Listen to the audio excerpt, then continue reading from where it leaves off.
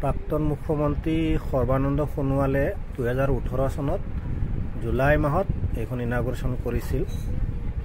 অসম আমাৰ ৰূপহী গুণৰো নাই শেষ, ভাৰতৰে পূৰ্ব দিশত সূৰ্য উঠা দেশ।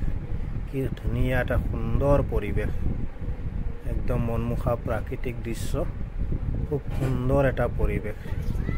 আৰু ইয়াতে আপোনাৰ ল'ৰা ছোৱালী খেলিবলৈ খুব ধুনীয়া এটা পৰিৱেশ আছে, ল'ৰা ছোৱালী খেলিবলৈ ধুনীয়া জাগা আছে, ঠাই আছে।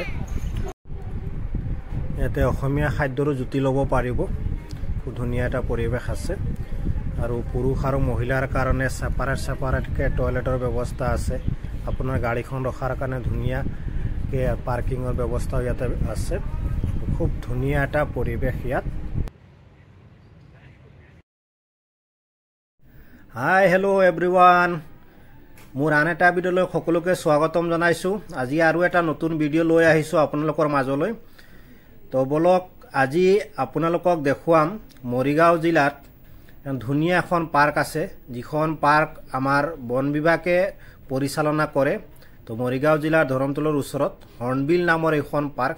খুব ধুনীয়া এটা পৰিৱেশ, প্ৰাকৃতিক সৌন্দৰ্যৰ মাজত প্ৰাকৃতিক পৰিৱেশ।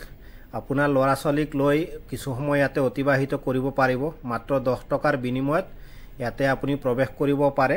আৰু এটা খুব সুন্দৰ মনমোহা পৰিৱেশ, প্ৰাকৃতিক সৌন্দৰ্যৰ মাজত অৱসৰ বিনোদনৰ কাৰণে খুব ধুনীয়া ঠাই।